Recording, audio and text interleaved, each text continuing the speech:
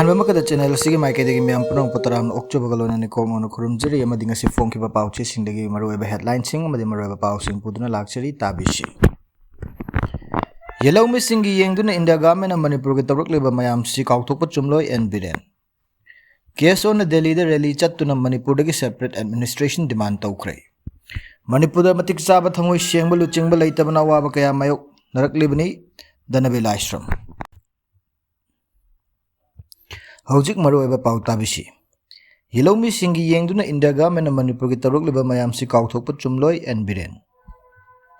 State asida leriba missing yamjakhidraba yellow missing bunga anaba amasung kanjana bagidamukta India government tawrak liba sing asi ekhoi miyamna kawbudi chumde haina hanagi chief minister N Biren Singh fongdokre ngasi Bharatiya Janata Party Manipur Pradesh na sinduna konthaujumda leiba MLA A Dr Sapam Ranjan gi mayumda Prime Minister Narendra Modi gi chamaga kuntaret suba man ki baat taminaba amadi Danabir Bharat Sankalp Abhiyan Vidhan Sabha Sammelan Haudoki Thauram Aduda BJP gi marueba Thaupuba Singh MLA Singh MP amasung state asigi morcha singhi office bearer sing susaruk yaki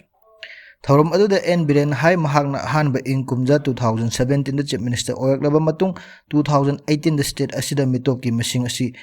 ka hena hengalakhi bage hai bage matangda Satellite mapping tawduna thijalubada hana mayum leramdaba umang wamang amadi lamang kayada angakpa mawongda mi tasilambagi khudam sing funky map sing adu matam adugi Prime Minister amadi matam adu da BJP gi National President oramba Amit Shah da utlubada matamda makhoi phawba thabak yaikhi adugumba film adu ubadagi state asida yellow missing asi kanjanna bagidamakta Prime Minister Narendra Modi amadi Amit Shah na state asigi damakta khallaga thabak ya paikhat lakhibani magna hai India ning tamba chahi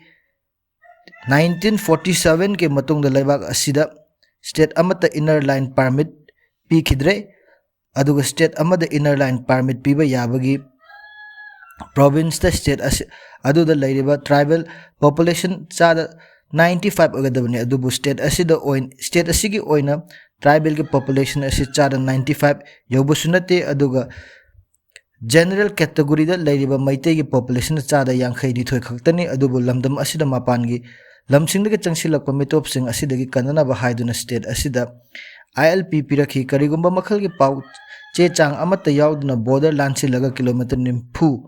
gi maikai anida chachokasin yaramba FMR free movement regime adu yellow missing da makta khalaga India government handok khibani state asigi ngamkhaida sambal khadaba kanana su yengsindaba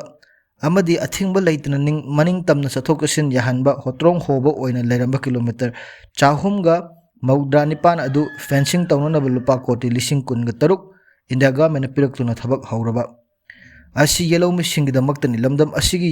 yellow missing da makhallaga India government taruk liba kaya asi kauthoklaga ikhoi ngahak ki oiba emotion da amadi issue da chatpadi langani haina Biren fongdoki Biren hai hojiksu ikhoi aruba tangkak amada lei matam maram aduna hojik politics tawbagi matam sunate relief camp ta ima icha kaya amai yamna wana khanglaga leiribani national highway singa chachokasin yadan leidi thokliba irang asida mathwai katkraba imung kayagi missing mamitagi mapi kangdana leiribani asigumba mayam asida yamna luraba matam asida political party amana politics tawduna caption naraga relief camp ta sanction naraga IDP singda mak thabak tawgani haijin naraga boti kakhre bot ka khiba chahi ama fazilakle adubu makhoina IDP singda makta ngasi fawda kari tawkhrebge hangladuna Biren hai mamangda pangthokiba Lok Sabha ge mikhalada BJP gi bot hanthana fangibarate mamang gi mikhalda fangkiba bot lakh ani ga lising humpu humdoi dagi handanga lakh ani ga lising humpu mari phangduna asigumba irang matam asida emotion da miyambu humduna puraga mikhalda mai pa hankhibani adubu mai pa khrabusunga si fawu thokleba irang asi loisinna bagi karigumba makhal amta gi thabak amata tawba leitri Biren hayum thang nareba lebak Myanmar da hokhiba ing 1967 da military coup tawkhiba aruda state asida Myanmar gi imung lising amaga chamanga cycle da khunda hanki matamadu lairamba MP holkhomang haukip na India government refugee sing adugi chana thaknabagi laifam mateng ni badagi che haujiksu leiri mahakna bot ka khiba kabangam khiba adusu refugee sing ani haina mahakna hairamba wafam pauche amada phongdokhibusu leiri eng 1967 da state asida Myanmar gi imung lising amaga chamanga changlakhiba adu hojik 2025 asida imung kaya suromgadagi haibasi kanana su nainade hojikti adugi matik mishing yamlamlagani asigumba issue sing asida ekhoi amata oina punsilaga chapmenagadaba asida amana amagi asoiba thinaraga hunnaduna leire maram aduna khana nainabiriba khudimuna politician khudimmak amadi miyamdagi mi punamaksu issue asi hana amukta loisin minakisi lamdam asida thokliba irang mitop mayam ama leisilagliba issue asi loisinabagi maram punna amuktang kokchungsin minasi madugi mahutta political gi khodong chabalawduna bot khomgi campaign oina hauji congress na bot chor haiduna tawriba tawduna leiriba maram karino lurba matam asida hauji madomda oina khanaraga leibagi matamla haina subirena phongdokhi politics tawbada ikoi masel tokhai tanna basin batawgut tawbiganu thokliba irang asi BJP gi MLA singna mayum mai thaba thugaiba tawriba sing maram karigino atopa landarak miyambu ngak nabagidamag thugairibra sing adu kanano haina thigatluba matamdadi akhuba political gi oiba khut yawramkhi masi tawpham thoktaba amani haina su enbiren masana makhatana phongdokhi nakalama romduna keso na Delhi da rally chatuna Manipur dagi separate administration demand tawkhre KUKI student organization keso na sinduna ngarang New Delhi da rally ama chatkhibaga loina na Manipur dagi KUKI jo community khaktagi oiba separate administration PO haina demand tawkhre Manipur da kanglop ki oiba irang thorak liba chahi ani helaklaba matung da sinkhiba rally adu chatliba matung da jantar mantar da pangthokiba wakat mifam da tongan ba wahi sing iba plate ka ching paiki Manipur dagi separate administration PO haina demand tawki forced government is forced injustice separate administration is true justice haiba banner makhada pangthokiba demonstration adu da KUKI jogi constitutional protection amasung khudakta humanitarian relief PU haina demand tawki Prime Minister Narendra Modi da memorandum ama pisinduna pangthokiba demonstration adu da KSO gi president Pajahub Guitena KUKI jo miyam na hojiksu awaba amasung achumba wayal fangdana leiri haina thamle haukiba chahi anirom asida KUKI jo miyam na loisinbang ngamdaba phibam amada lenduna lakli hariba matam asida target killing khungang mai thaba church mai thaba amasung mi kya laifam laitana lalhalli haiki memorandum aduda waroisin purakna bugdamak wafam manga demand tawki madugi manungda irang thokliba asigi achumba wayal amasung mara laiba sing chairak piba legislative power laiba separate administration piba force assimilation dagi ngakchanaba thorang amasung buffer zone asi makha tana ngaktuna thamba yauri asengbu khudam changdam kaya lairaba amasung kyarak hana achumba wayal fanghan nabagidamak demand tawrabasu hawjiksu thabak oina amatta pangthoktana leiri KUKI jo na achumba wayal pami KUKI jo sing wasagi lamdamda loi thabagi thabak tokpiu hainasu memorandum aduda makhatana pankhi nakal amarom dasu Manipur da matik chawa thamoi sengba luchingba leitabana awaba kaya mayok naraklibani haina Dr. Danabir laishram na phongdokre Kakching District United Clubs Organization Kadu ko lingkhat khibagi taruk suba foundation day 2025 ke thoram asi ngasi Kakching khuno da leba ibudau khamlang balai ko da pangthokre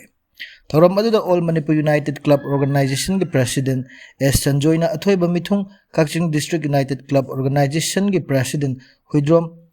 Kishorjit na thoram mapu khunai kanba maira paibe apun balup ani ge president Salam Ongbi chawbi na ikai khumnaba mithung amuko ge general secretary Patap Lisang Them Secretary Organization Krishna Chandra Akhanaba Mithung Singhi amadi social scientist Dr. Danabir laishram na akhanaba wangang lo oina saruk yakhi thoram adu da social scientist Dr. Danabir laishram hai Manipur da matik chaba thamoi sengba luchingba leitabna awaba kya mayok na halibani afaba khunai ama semgat pada matik chaba luchingba mathau tai organization tawriba leader sing su thamoi senga miyambu achumba lambi da pubigadabani organization ama oirabadi madugi aims and observation mapung fana thamduna thabak tawbigadabani amaga cooperation pinaduna amasung coordination leina handuna khunai asigi afaba thabak sing pangthok minagadabani Hawjik Manipur organization kaya tholok tuna mana aningba apamba tawnariba si afaba khudam nate lairiba organization sing na mana tawnariba paikhatnariba thabak thoram sing asi punsinduna amaga report pina duna punna thabak tawminnaba changi haina studana bi laishram makha tana fongdoki thoram adugi nungi oba warol pireduna kadu kogi general secretary Akoijam Lucky Maitain High Kumjat 2019 da Kakching District United Club Organization System Kraba Matung Amukogi Lamjing Makhada Kaduko Kang Sangol Kangje Yauna Lamdam Asigi Miamna Kaunaraklaba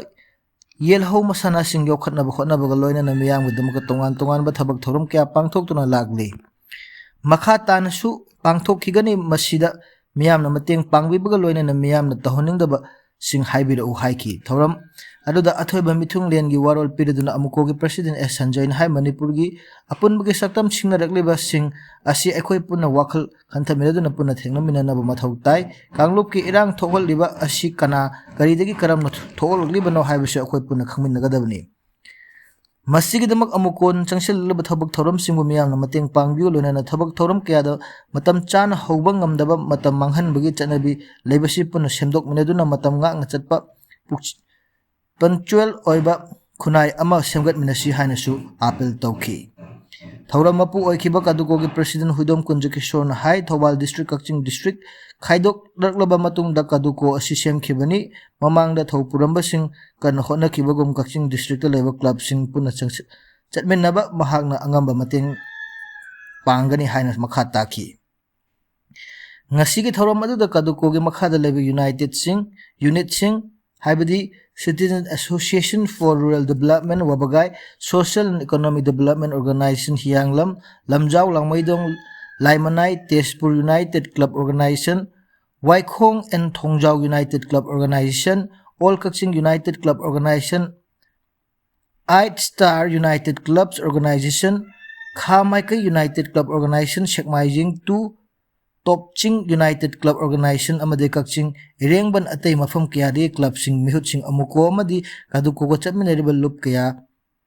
gi missing sing saruk yaki loina na mi kaya da kaduko gi maike de acham khudol tamduna thoram asigi taruk suba foundation de pangthokki masini ngasi nomagi maruba headline sing amade maruba pausing tabiri singa channel asibu like share amade subscribe to video haibaga loina na matang side tension jari